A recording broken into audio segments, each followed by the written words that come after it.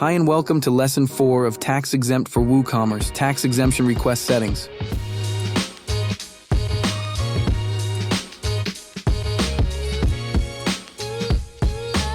In this video, I will show you how to configure tax exemption request settings.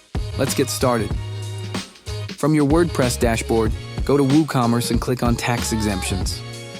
Now, click on the Tax Exemption Request tab.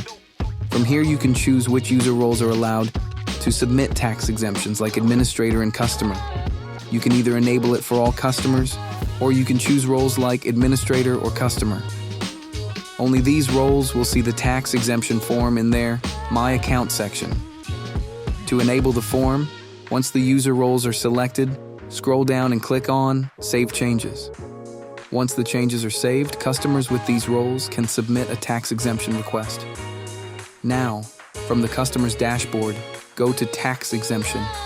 Fill in the details like tax ID, additional comments, and you can also add a tax exemption certificate file.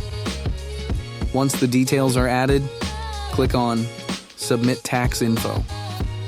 Once a customer submits a request, you will receive an email notification.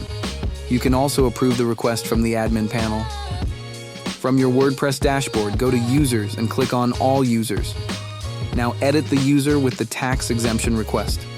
Scroll down to the tax details. Click on the tax exemption status drop-down and approve the request. Once the details are added, scroll down and click on Update Profile. Now, as you can see, the tax exemption status is approved, and that's it. You have learned how to configure tax exemption requests and manage approvals. It's a seamless process for both you and your customers. Subscribe to Sleekr Digital for more plugin tutorials.